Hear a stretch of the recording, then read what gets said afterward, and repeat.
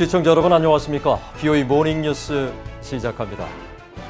국무부가 2020 국가별 인권보고서에서 남북한 정부의 인권 침해 문제와 논란에 관해 자세히 지적했습니다. 한국에 대해선 공직자 부패와 성추행 사례들을 명시했는데 조국 전 법무장관, 박원순 전 서울시장, 오거돈 전 부산시장에 대한 재판 결과와 혐의들을 구체적으로 설명했습니다. 먼저 한국 내 인권 문제를 어떻게 정리했는지 조상진 기자가 보도합니다. 미국 국무부 인권보고서는 한국편 부패와 정부 투명성 부재 항목의 부패 부문에서 조국 전 법무부 장관의 부패 혐의를 2년 연속 명시했습니다. 보고서는 2020년 10월 현재 조 전 장관과 부인 정경심 씨 그리고 조 전 장관 가족과 연계된 다른 이들에 대한 조사가 계속되고 있으며 조 전 장관은 2019년 12월 뇌물수수와 직권남용, 공직자 윤리법 위반 등의 혐의로 기소됐고 조 전 장관의 조카 조범동 씨는 금융범죄와 증거인멸 등의 횡령으로 징역 4년형을 선고받았다는 사실을 구체적으로 나열했습니다. 또 2020년 9월 윤미향 더불어민주당 의원이 사기와 업무상 횡령, 직무유기 등의 혐의로 기소됐다며 일본군 성노예 문제 해결을 위한 정의기억연대 이사장 재직 시 자금 유용과 관련된 혐의라고 소개했습니다. 아울러 김대중 전 대통령의 삼남 김홍걸 국회의원을 거론하면서 후보자 등록을 하면서 재산을 축소 신고한 혐의로 지난해 9월 더불어민주당이 제명했다고 밝혔습니다. 보고서는 또 차별과 사회적 학대, 인신매매 항목의 성추행 부문에서 지난해 내내 성추행이 한국 사회에 심각한 문제가 되었고 공직자들이 연루돼 세간의 시선을 끄는 등 수많은 성추행 혐의가 보도됐다며 박원순 전 서울시장과 오거돈 전 부산시장을 언급했습니다. 특히 박원순 전 시장과 관련해 그가 전 비서의 성추행 신고가 경찰에 접수된 다음 날인 7월 9일 자살했다며 고소장에 따르면 박 전 시장은 2017년부터 여비서에게 동의 없이 반복적으로 신체 접촉을 하고 부적절한 메시지와 사진을 보냈으며 이런 성추행은 여비서의 근무지 이동 후에도 지속됐다고 적시했습니다. 그러면서 해당 사건은 법에 따라 박 전 시장의 사망으로 종결됐지만 여성 인권운동가들과 원고 측 변호인은 철저한 수사를 계속 요구하고 있다면서 박 전 시장이 여성 권리의 대변자로 유명했고 1993년 성추행 사건 피해자를 성공적으로 대리해 높은 평가를 받았다는 사실을 명시했습니다. 오거돈 전 부산시장과 관련해서는 부하 여직원과 부적절한 신체 접촉을 시인한 뒤 지난해 4월 사임했고 8월 강제추행 혐의로 기소됐다고 지적했습니다. 국무부는 그동안 한국의 인권 상황과 관련해 주로 국가보안법, 양심적 병역 거부 등의 문제를 제기해오다 지난 2016년 국가별 인권보고서에 박근혜 전 대통령의 오랜 친구이자 측근인 최순실 씨가 사기와 협박, 권력 남용 등의 혐의로 구속 기소됐다며 부패 문제를 지적한 바 있습니다. BOA 뉴스 조상진입니다. 국무부 보고서는 북한의 인권 상황에 대해선 김정은 정권의 공개 처형과 납치, 정보 유입 차단 등 혹독한 인권 유린 실태를 강하게 비판했습니다. 특히 북한 정권이 주민의 알 권리와 표현의 자유 등 인간의 기본 권리를 침해하는 문제에 대해 우려를 나타내며 자유로운 정보 유입의 중요성을 강조했습니다. 함지아 기자입니다. 미국 국무부의 2020 북한 인권 보고서입니다. BOA가 확보한 이 보고서에서 국무부는 그동안 지적돼 왔던 북한의 인권 유린 실태, 특히 강제 실종과 고문, 자의적 구금, 정치범 수용소, 비독립적인 사법부, 사생활 간섭, 강제 노동 등 23개 사항을 적시했습니다. 또 북한의 인권 유린은 정권에 의해 체계적으로 이뤄지고 있다는 점에 주목하면서 1949년 김씨 일가가 이끌어온 독재 국가란 점도 강조했습니다. 보고서는 이어 구체적인 인권 유린 사항으로 북한 정권이나 요원들이 자의적이고 불법적인 살인을 저질렀다는 보고가 있으며 정부 차원의 수사 장치는 없다고 지적했습니다. 국무부는 2020 한국 인권 보고서를 통해서는 일부 대북 인권단체들이 한국 정부로부터 활동을 제한받은 사실을 포함시켰습니다. 특히 한국통일부가 지난해 7월 대북전단 살포단체인 탈북민 주도의 비정부기구 자유북한운동연합과 큰샘에 대한 설립 취소 사실을 보고서에 담았고 북한 인권 관련 단체 25곳이 통일부에 감사를 받았다는 내용도 지적했습니다. 잘리나 포터 국무부 수석 부대변인은 이날 전화 브리핑에서 한국 인권 보고서와 관련된 BOA의 질문에 북한에 대한 정보 유입의 중요성을 강조했습니다. But I will say more broadly speaking, as a global policy, we advocate for the protection of human rights and fundamental freedoms. When it comes to, with regards to the DPRK, we continue to campaign for the free flow of information into the DPRK.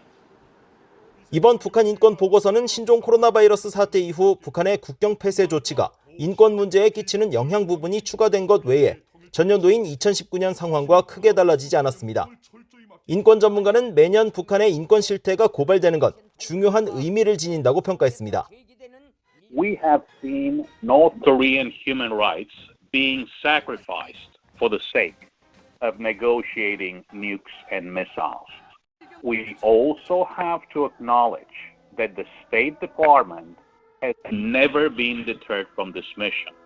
The State Department has always very thoroughly researched, documented, and published this report on DPRK human rights every year.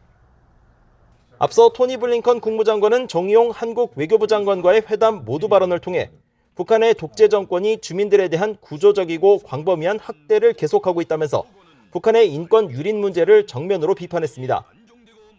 미국 정부가 북한 인권 유린 문제에 대한 해결 의지를 분명하게 밝히면서 북한과의 협상 과정에 또 한국 정부 입장에 어떤 영향을 끼칠지 주목됩니다.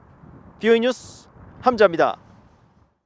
조 바이든 행정부는 북한에 대한 최대 압박 캠페인을 지속해야 한다고 랜달 슈라이버 전 미국 국방부 인도태평양 안보 담당 차관보가 밝혔습니다. 국무부 전직 고위 관리는 북핵 합의와 관련해 주고받기식 접근법이 필요하다고 말했습니다. 이종훈 기자입니다. 랜달 슈라이버 전 국방부 인도태평양 안보 담당 차관보는 19일 하원 외교위 아태 소위원회 청문회에 출석해 바이든 행정부는 전임 도널드 트럼프 행정부 시절에 대북 최대 압박 캠페인을 재현해야 한다고 말했습니다. 완전한 제재 효과가 나올 때까지 최대 압박을 해야지 너무 빠른 외교적 진입로를 제공해선 안 된다는 겁니다. I believe the Biden administration should recreate a maximum pressure campaign directed at the DPRK, but resist providing the early and quick diplomatic off-ramps before the sanctions come into full effect. 슈라이버 전 차관보는 이어 북한을 합법적이고 공식적인 핵 보유국으로 인정하는 것은 거부하고 완전하고 검증 가능하며 돌이킬 수 없는 비핵화 CVID를 계속 추구해야 한다고 밝혔습니다.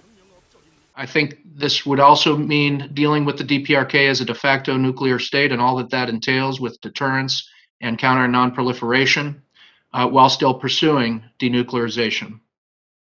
조지 W. 부시 행정부에서 국무부 정책기획국장을 지낸 리처드 하스 미국 외교협회 회장은 이날 청문회 서면 답변에서 북한은 계속 핵무기고를 개선하고 있고 전임 트럼프 행정부의 접근 방식은 이런 위협을 줄였다는 증거는 없다고 지적했습니다. 그러면서 동시에 방치의 멋진 표현인 전략적인 내는 작동하지 않을 것이며 북한의 완전한 비핵화를 대가로 모든 제재를 해제하겠다는 전부 아니면 전무의 미국 정책도 마찬가지일 것이라고 주장했습니다.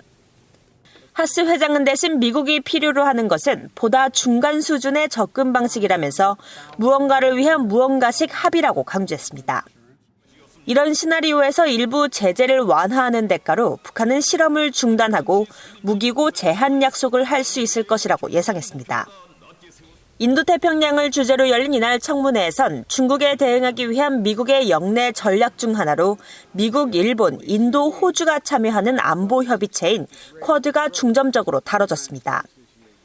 하스 회장은 쿼드의 중요성을 강조하면서도 이를 공식화하려면 위험을 감수해야 한다면서 북한과 중국 관련 여러 문제 등 영내 다양한 종류의 도전 과제들을 감안할 때 미국의 다자주의 접근 방식의 특징은 유연성이 있어야 한다고 강조했습니다. BOE 뉴스 이존입니다. 유럽연합 EU가 북한과 중국, 러시아 등 6개국의 심각한 인권 침해에 대해 제재를 부과했습니다. 유럽연합 대외관계청은 22일 보도자료에서 EU 27개 회원국 정부 대표 기구인 EU 이사회가 북한과 중국, 러시아, 리비아, 에리트리아, 남수단 등 6개국의 개인 11명과 단체 4곳에 인권 유린의 책임을 물어 제재를 부과하기로 결정했다고 밝혔습니다. 북한에 대해선 정경택 국가보위상과 리영길 사회안전상 등 개인 2명과 중앙감찰소 등 단체 한 곳에 제재를 부과했습니다. 이유는 이들이 사법 절차에 의거하지 않은 처벌과 고문을 비롯해 반인도적 대우 등 북한 내 심각한 인권 유린 상황에 책임이 있다고 지적했습니다. 이후의 인권 제재는 학살과 반인도적 범죄 등 심각한 인권 침해를 저지르고도 대가를 치르지 않는 가해자들을 제재해 전 세계 인간의 존엄 가치를 확산한다는 목표로 지난해 공식 채택됐습니다. 한편 제재 대상은 이윤의 자산 동결과 비자 금지 등의 조치를 적용받게 됩니다. 대북 제재를 위반해 북한의 불법 자금 세탁에 연루된 혐의로 말레이시아에서 미국에 인도된 북한인 사업가 문철명 씨가 미국 수사당국에 구금된 것으로 알려졌습니다. AP통신 등 주요 언론들은 문 씨가 지난 20일 워싱턴의 연방수사국 FBI에 구금됐다며 문 씨 측은 미국이 북한 당국을 압박하기 위한 정치적 목적으로 구금 조치를 강행한 것으로 주장하고 있다고 전했습니다. FBI는 앞서 문 씨가 북한 정권의 핵미사일 개발에 따른 국제사회의 대북 제재를 위반해 술과 시계 등 사치품을 북한에 보냈고 유령 회사를 통해 자금 세탁을 했다며 지난 2019년 말레이시아에 신병 인도를 요청했습니다. 이에 말레이시아 당국은 문 씨가 북한 정권을 위한 자금 세탁 등에 연루된 혐의로 미국의 신병 인도를 결정했으며 북한 정권은 이에 반발해 말레이시아와의 단교를 선언했습니다. 이런 가운데 말레이시아 주재 북한 외교관들이 모두 철수한 것으로 확인됐습니다. 말레이시아 외교부는 22일 보도자료를 통해 수도 쿠알라룸푸르에 있는 북한 대사관의 모든 외교관을 추방 조치했다며 이는 지난 19일 말레이시아 정부 결정에 따른 것으로 1961년 제정된 외교관계에 관한 비엔나 협약 9조에 의거해 이루어졌다고 밝혔습니다. AP통신 등 언론들도 말레이시아 주재 북한 대사관 소속 외교관과 가족 등 30여 명이 현지 시간으로 21일 오전 11시 대사관을 모두 떠났다고 보도했으며 한국과 일본 언론들은 이들이 중국 상하이에 도착해 격리 조치에 들어갔다고 전했습니다. 이들이 중국에 계속 체류할지 아니면 신종 코로나 바이러스 방역 조치로 국경을 장기간 봉쇄 중인 북한으로 복귀할지는 아직 불투명합니다. 앞서 말레이시아 정부는 19일 성명을 통해 북한 정권의 일방적 단교 선언에 따라 북한 주재 말레이시아 대사관의 문을 닫는다고 발표한 뒤 대사관 홈페이지도 폐쇄했습니다. 이상으로 BOE 모닝 뉴스를 마칩니다. 시청해주신 여러분 고맙습니다.